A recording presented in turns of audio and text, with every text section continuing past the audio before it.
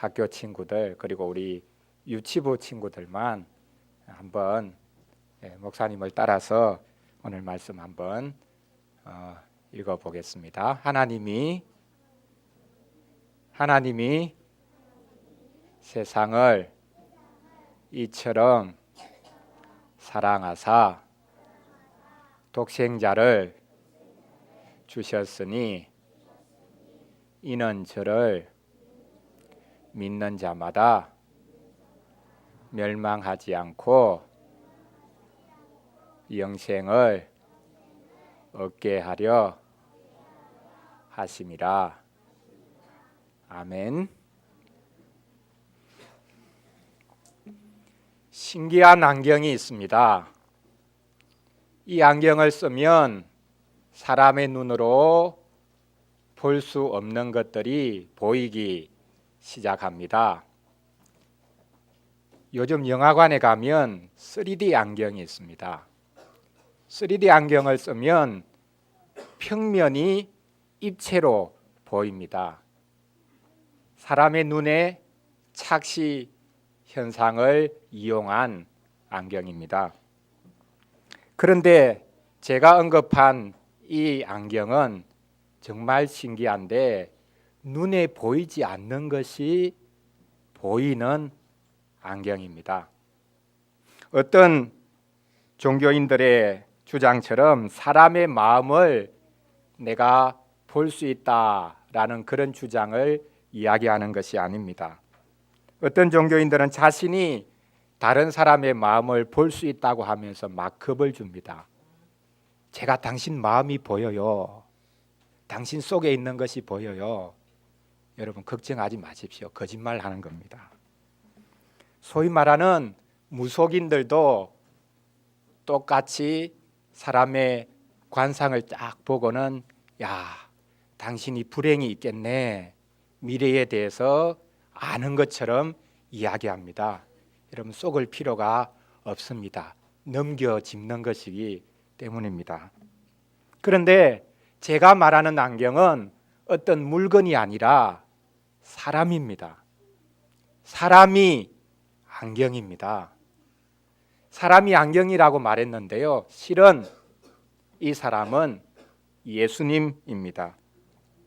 우리가 예수님이라는 안경을 끼면 참 신기하게도 보이지 않던 것들이 보이기 시작합니다. 오늘은 예수님을 통해서 보면 모든 것의 본질이 보인다라는 주제로 말씀을 전하려고 합니다. 세 가지를 생각해 볼 것인데요. 첫째로는 예수님을 보면 하나님이 보입니다. 둘째로 예수님을 쓰면 예수님이라는 안경을 쓰면 사람이 보입니다. 마지막 세 번째로 예수님을 통해서 보면 구원의 길이 보입니다. 자, 예수님은 하나님과 사람 그리고 구원의 길을 보여주는 분입니다. 하나씩 살펴보도록 하겠습니다. 첫째로 예수님을 보면 신기하게도 하나님이 보입니다. 여러분 하나님을 알고 싶지 않습니까? 아니, 하나님을 한 번만이라도 나의 눈으로 보고 싶지 않습니까? 어떤 분이 꿈에서 하나님을 보았다고 합니다. 어떻게 생겼습니까? 물어보았더니 흰 옷을 입고 머리가 백발이었는데 흰 수염을 펄펄 날리고 있었습니다. 산신령을 본 것입니다. 아쉽게도 사람의 눈으로는 하나님을 볼 수가 없습니다. 하나님은 우리 사람처럼 몸을 가지고 계신 분이 아니기 때문입니다. 그런데 사람에게는 대단한 능력이 있습니다. 눈으로 볼 수 없어도 상상으로 볼 수 있습니다. 그래서 중세시대의 어떤 신학자는 하나님이 살아계시다라는 것을 증명할 수 있다고 믿었습니다. 하나님이 존재한다라는 것을 눈에 볼 수 없어도 증명할 수 있다는 것입니다. 그러면 하나님은 어떤 분인가? 이분이 찾아낸 하나님은 그것보다 더 큰 것을 생각할 수 없는 어떤 것이다 라고 결론을 내렸습니다. 여러분 좀 말이 이상하지요? 하나님은 그것보다 큰 것을 생각할 수 없는 어떤 것. 그러면 하나님은 어떤 분이라는 말입니까? 하나님은 가장 큰 분이다. 우리가 생각할 수 있는 크기 중에 제일 큰 것을 생각하면 그게 바로 하나님이 된다. 그렇게 주장을 했습니다. 그러나 이것은 상상에 불과합니다. 대신에 하나님이 계시다는 것을 뼈저리게 느끼고 있는 사람들이 종종 있습니다. 하나님이 계시는데 그 하나님은 사람을 갖고 노는 분으로 생각하는 경우가 있습니다. 어려운 일을 많이 겪다 보니까 하나님이 나를 지금 괴롭히구나. 나를 실험용 마루타처럼 괴롭히고 있구나 라고 생각하는 분들이 있습니다. 영국이 인도하고도 바꾸지 않겠다고 주장하고 있는 유명한 문호 셰익스피어의 리오 왕에 보면 바로 이런 문구가 기록되어 있습니다. 신들에게 우리는 한낱 심심한 애들이 갖고 노는 파리 같은 존재일 뿐 신들은 우리를 재미로 죽이지. 저도 어릴 때에 이런 일을 한 적이 있습니다. 심심하니까 파리를 잡아서 날개를 하나씩 뗍니다. 날개가 다 없어지고 나면 이 파리는 날지 못하고 바닥에서 제자리에 뱅뱅뱅뱅 돕니다. 그렇게 놀다가 또 실정이 나면 그 다음에는 다리를 하나씩 뜯어냅니다. 이제는 뱅뱅 도는 것도 못하고 그 자리에 그냥 벌렁 누워 있습니다. 그것도 실정이 나면 나중에는 머리와 몸통을 분리시킵니다. 그러면 이 파리가 죽지요. 어릴 때에 심심하니까 이런 놀이를 했습니다. 지나고 보니까 참 끔찍한 일을 많이 했습니다. 하나님이 이렇게 사람을 파리처럼 취급한다. 이렇게 생각하는 분들이 종종 있습니다. 너무 고통스럽기 때문입니다. 너무 큰 어려움을 겪었기 때문입니다. 도대체 누가 나를 이렇게 괴롭히는가? 사람이 괴롭히는 경우도 있는데 보니까 아마 신이 있어서 나를 이렇게 끔찍한 재앙을 주고 이런 일을 당하도록 조정하는구나. 이렇게 생각할 수가 있습니다. 그런데 우리가 하나님을 알기 위해서는 예수님께로 가야 합니다. 예수님이라는 안경을 끼면 하나님이 어떤 분인지를 분명하게 알 수 있습니다. 오늘 우리가 읽었던 본문에서 무엇이라고 말합니까? 하나님이 세상을 이처럼 사랑하사 독생자를 주셨다라고 말씀합니다. 여기서 말하는 독생자가 하나밖에 없는 아들인데 하나님의 유일하신 아들 예수님을 가리킵니다. 하나님이 예수님을 이 세상에 보내준 것을 보니까 하나님은 잔인한 하나님이 아니라 사랑의 하나님이구나 라는 것을 비로소 알 수 있습니다. 어느 누가 자기 독생자를 다른 사람의 죄를 위해서 죽도록 내어 주겠습니까? 그런데 하나님이 바로 그 일을 하셨습니다. 하나님이 예수님을 이 세상에 보내주신 것을 보니까 하나님은 잔인한 분이 아니라 사랑이 많으신 하나님이구나 라는 것을 비로소 알 수 있습니다. 하나님은 자신을 위해 사는 분이 아닙니다. 하나님은 사람을 이용하고 착취하는 분이 아닙니다. 하나님은 자기 사랑에 빠져 있는 분이 아니라 자기를 온전히 내어주는 분입니다. 하나님은 주도 면밀한 분 같지만 실은 하나님만큼 어리숙한 분도 많지 않을 것입니다. 자기가 끔찍이도 사랑하는 독생자를 지옥과 같은 이 세상에 보내어 주셨기 때문입니다. 하나님은 사랑에 눈멀어 있습니다. 하나님은 증오에 미움에 눈멀어 계신 분이 아니라 사랑에 눈멀어 계시는 분입니다. 그래서 자기 사랑하는 독생자마저 이 끔찍한 세상에 보내어 주셨습니다. 이렇듯 잘 보이지 않던 하나님을 예수님을 통해서 보면 비로소 볼 수 있습니다. 기독교는 아드님 예수님을 통해서 하나님을 보았다라고 믿는 종교입니다. 참 이상한 종교죠. 예수라는 사람을 통해서 우리는 하나님을 보았다라고 믿는 참 이상한 종교가 기독교입니다. 이제 두 번째로 넘어가 보겠습니다. 예수님을 보면 하나님이 보일 뿐만 아니라 사람이 보이기 시작합니다. 사람이 누구인가 하는 것은 아직까지도 신비에 쌓여 있습니다. 신기합니다. 이토록 과학과 의학 기술이 발전해 있는 이 시대에 사람이란 존재는 여전히 풀 수 없는 수수께끼로 남아 있습니다. 루게릭 병을 앓고 있지만 현 시대 최고의 우주 물리학자라고 하는 영국의 스티븐 호킹 박사는 자기에게 있어서 최고의 신비는 우주가 아니라 여성이다 라고 말한 바 있습니다.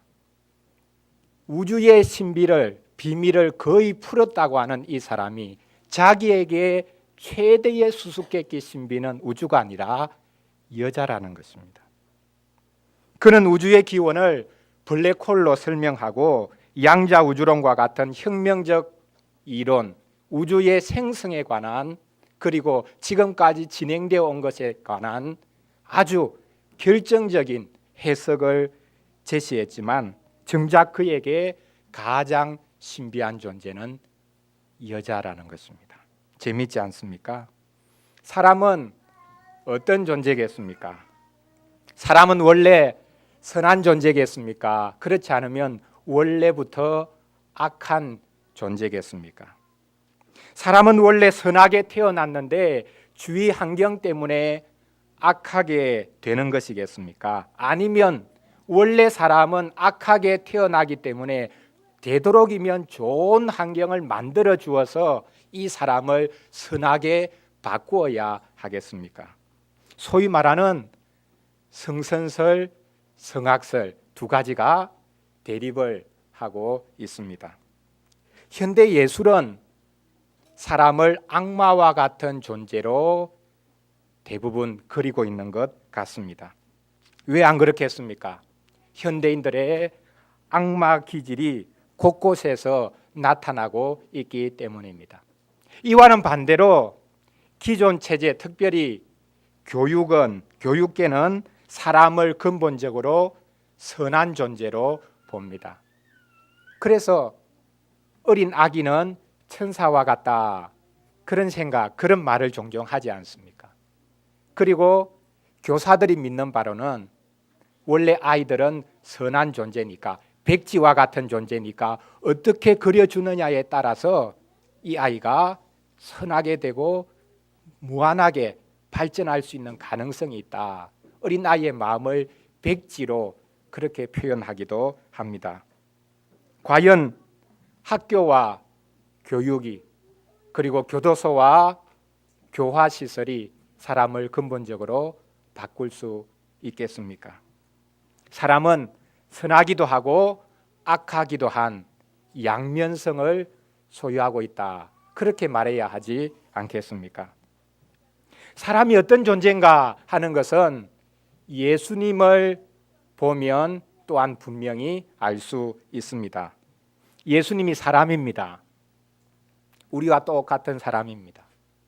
우리와 하나도 다르지 않은 사람이었습니다. 그런데 예수님은 달랐습니다. 우리와 너무나 달랐습니다. 우리는 예수님을 통해 사람이 원래 어떤 모습이었을까라는 것을 분명하게 볼 수 있습니다. 예수님을 통해서 우리는 사람의 원래 모습이 저랬구나 라는 것을 우리가 머릿속에 분명하게 그려볼 수 있습니다.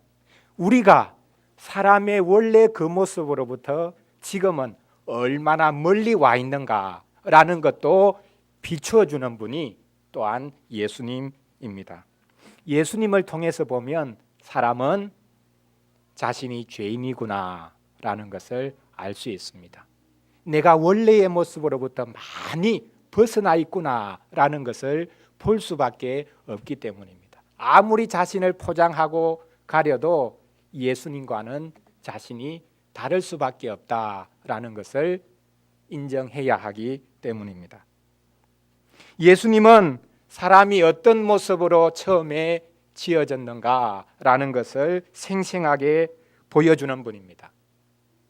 위에 계신 하나님과 교제하는 것이 사람의 본분이다라는 것을 보여준 분이 바로 예수님입니다. 인생의 최대의 목적은 다른 어떤 업적을 성취하는 것이 아니라 하나님과 교제하는 것이 가장 위대한 목적이다라는 것을 보여주는 분이 예수님입니다. 인생은 자기를 위해서 사는 것이 아니라 남을 위해 사는 존재다라는 것을 보여주는 분이 바로 예수님입니다. 공부해서 남 주는 그것이 우리의 목적이다라는 것을 보여주는 분이 또한 예수님입니다. 우리는 그 모습으로부터 얼마나 멀어져 있습니까? 나만 알고 다른 사람과 소통할 줄 모르고 하늘을 바라볼 줄 모르는 인생이 되어가고 있습니다. 우리가 얼마나 전자기기와 소통하려고 애를 쓰고 있습니까? 그리고 많은 정보를 얻기 위해서 애를 쓰고 있습니까? 그러나 다른 사람과 소통하는 기술은 점점 잃어가고 있습니다. 더 나아가 하늘을 바라볼 줄 모릅니다. 하늘과 소통하는 기술을 우리 인간은 잃어버렸습니다. 하늘을 바라보는 마음을 잃어가고 있습니다. 사람을 배려하는 마음도 점차 잃어가고 있습니다. 그런데 예수님은 우리에게 사람이 어떠해야 하는가라는 것을 보여주고 계십니다. 근데 한편 성경을 보면요, 예수님은 참 이상한 분이었습니다. 예수님은 마음씨 좋은 분이 아니었던 것 같습니다. 툭하면 화를 내고 욕을 퍼붓기도 했습니다. 사람의 속을 뒤집어 놓는 말도 종종 했습니다. 이 마귀의 자식들아. 이게 처음에 누가 한 말이냐 하면 예수님이 한 말입니다. 성전에서 장사하는 사람들의 상을 뒤집어 엎고 채찍으로 그 사람들을 막 때리면서 성전에서 쫓아내기도 했습니다. 그러면서 너희가 하나님의 뜻을 모른다. 나는 하나님의 뜻을 너희들에게 알리기 위해서 왔다라고 고래고래 소리를 쳤습니다. 한편으로 보면 예수님은 스스로 착각하고 있는 정신병자처럼 보이기도 합니다. 아니면 진짜 하나님으로부터 나온 분이기 때문에 하나님의 아들인지도 모르겠습니다. 이 두 가지 중에 우리는 예수님이 어떤 분이라고 생각해야 할까요? 예수님이 마지막에 십자가를 치셨습니다. 그 십자가 위에서 외치신 말씀이 있습니다. 그것은 아버지여, 저들을 용서하여 주시옵소서. 저들은 자기들이 하는 것을 알지 못합니다. 라고 말씀하시고 돌아가셨습니다.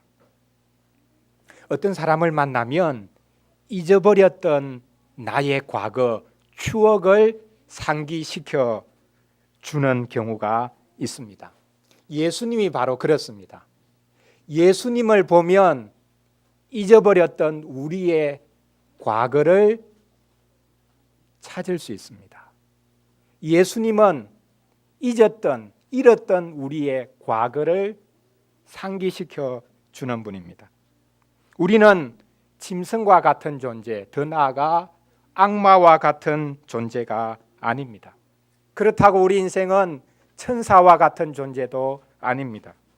우리는 생생한 몸을 입고 살아가면서 고민하며 하나님과 교제하는 인생입니다. 바로 이 모습을 온몸으로 생생하게 보여주신 분이 예수님입니다. 예수님이 진짜 사람입니다. 예수님이 사람다운 사람입니다. 여러분, 이 세상에 사람다운 사람이 실은 없습니다. 근데 유일하게 사람다운 사람이 예수님입니다. 예수님을 보면 사람이 어떠해야 하는지를 알 수 있습니다. 여러분, 다른 사람을 기준으로 삼지 말고 이제부터 예수님을 기준으로 삼으시기를 바랍니다. 예수님을 보면 비로소 사람이 보이기 시작합니다. 이제 마지막 세 번째로 예수님을 통해 볼 수 있는 것 생각해 보겠습니다. 예수님을 보면 구원의 길이 보입니다. 물질 문명이 최고도로 달한 현대이기에 종교는 이제 종말을 고해야 할 것 같습니다. 그런데 이상합니다. 우리 주위를 보면 이상하게 종교적인 사람들이 늘어나고 있습니다.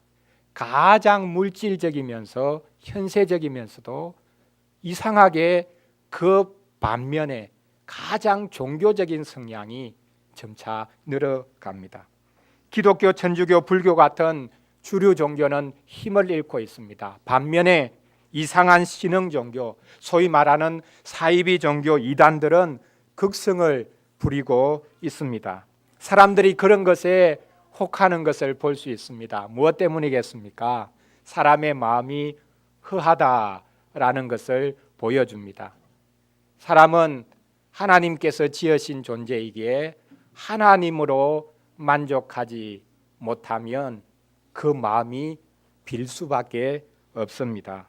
그래서 사람의 그 빈 마음을 채워주기 위해서 온갖 영적인 현상들, 신기한 현상들이 일어나고 있고 사람들이 그것을 따라가려고 합니다.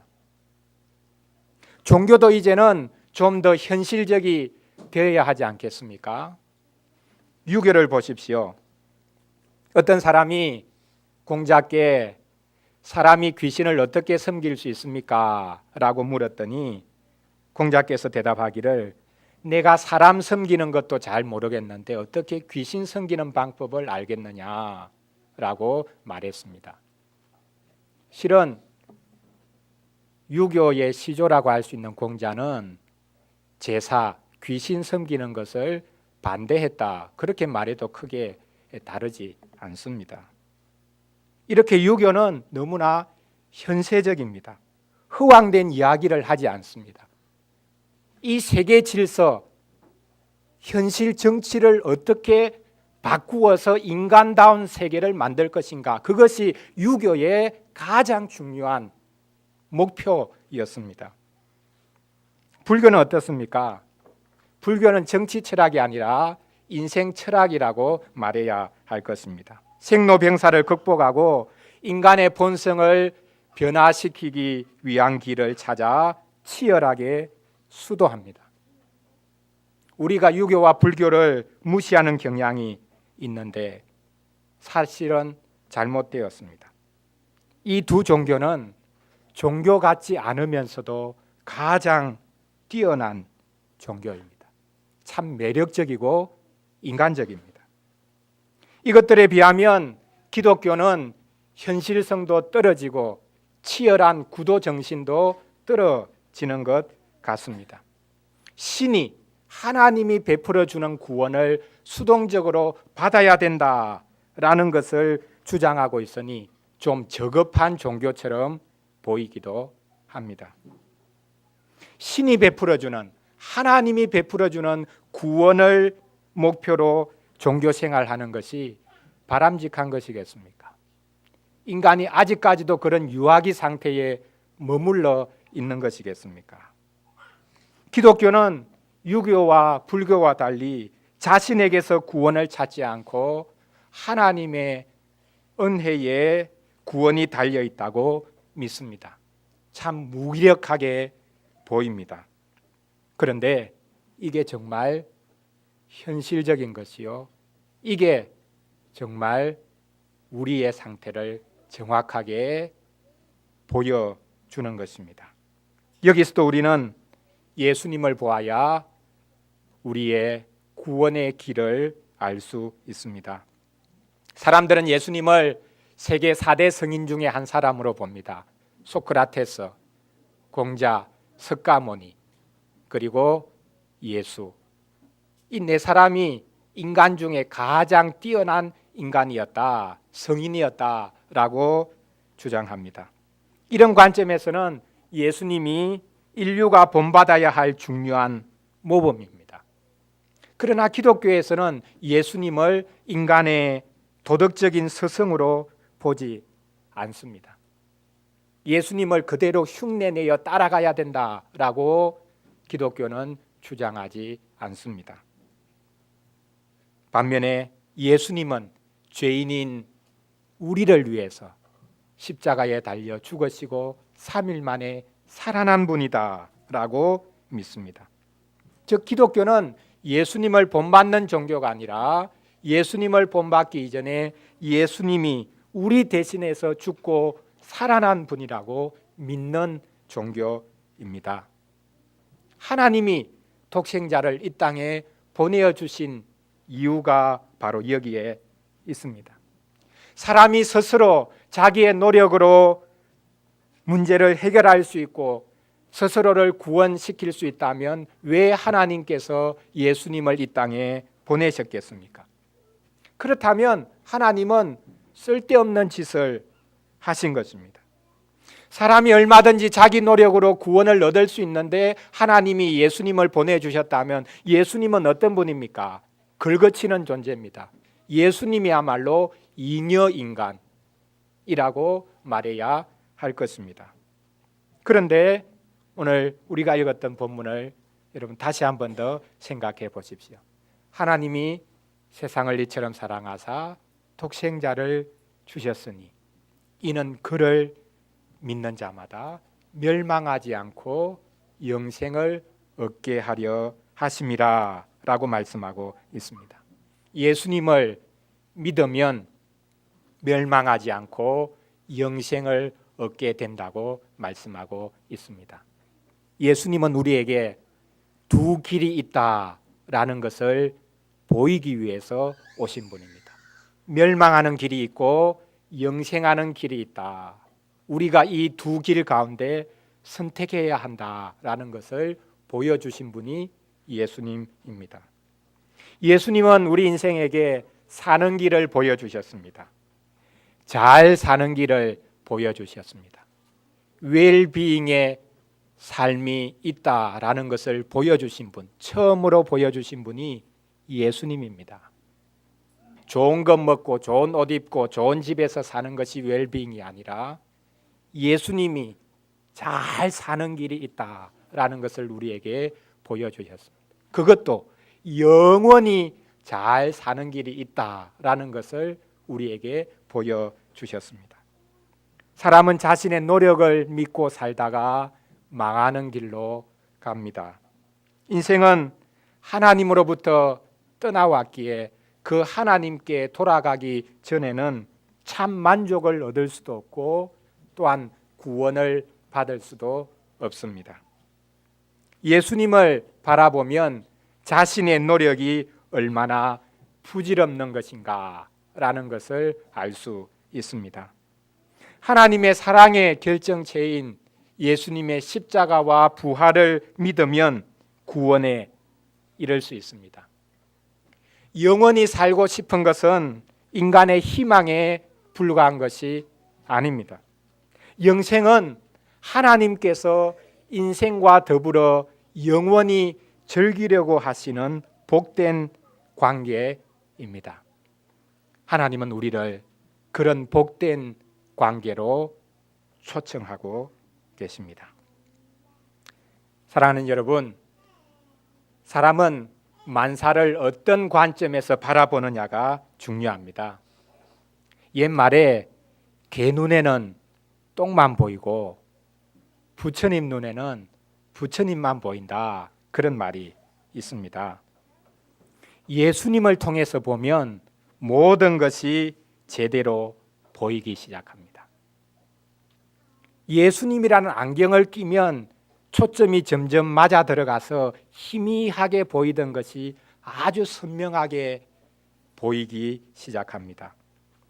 우리의 눈으로 볼 수 없던 것마저 보이기 시작합니다. 예수님을 믿는 사람들도 다 아는 것이 아닙니다. 여러분, 예수님 믿는 사람들이 나는 다 안다 라고 말을 하면 그 사람이 사입이다, 그렇게 딱 생각하면 맞습니다. 예수님 믿는 사람도 모르는 게 참 많습니다. 그러나 예수님을 믿으면 조금씩 선명해지기 시작하는 것은 있습니다. 예수님 믿는 사람도 불완전하고 문제투성이인 것 사실입니다. 그런데 오늘 어린이를 위한 질문 3번 문장처럼 예수님을 보면 이 세 가지가 보이기 시작합니다. 자, 우리 어린 친구들, 우리 가로를 한번 채워볼까요? 우리 주보 2페이지 제일 아래쪽에 있는데요. 예수님을 보면, 자, 우리 어린 친구들만 한번 답을 해보겠습니다. 무엇도 보입니다. 예, 하나님. 그 다음에 예수님은 아니고 맞아요. 사람, 그리고 구원. 맞았어요. 이야, 잘하네요. 예수님을 보면 이 세 가지가 보입니다. 하나님도 보이고, 둘째 사람도 보이고, 마지막 구원도. 10원이 아니고 구원인데 그런 구원이 아니고 구원, 어떻게 사는 길, 잘 사는 길, 영원히 사는 길이 보인다. 예수님을 보면 이 세 가지가 보입니다. 예수님은 참 신기한 안경입니다. 예수님을 보면 하나님이 보이고 사람도 보이고 구원도 보입니다. 예수님을 아는 복이 있기를 바랍니다. 예수님을 통해서 보는 복이 있기를 바랍니다. 기도하겠습니다. 하나님 아버지, 감사합니다. 자신의 지식과 능력을 자랑하지만 너무나 어리석고 무능한 저희들에게 모든 것을 제대로 볼 수 있는 안경과 같은 예수님을 보내어 주시니 감사합니다. 하나님의 영광이신 예수님을 통해 어느 누구도 볼 수 없었던 하나님을 볼 수 있게 해주시니 감사합니다. 참 사람이신 예수님을 통해 우리 인생의 원래 모습과 그 모습으로부터 너무나 멀어진 모습과 또 회복될 모습을 한꺼번에 보여주시니 감사합니다. 길이요 진리요 생명이신 예수님을 통해 구원과 영생에 이르는 복된 길을 보여주시니 감사합니다. 저희들의 모든 죄와 연약함을 담당하신 예수님의 손에 이끌려서 인생길을 걸어갈 수 있도록 도와주시옵소서. 예수님의 이름으로 기도합니다. 아멘.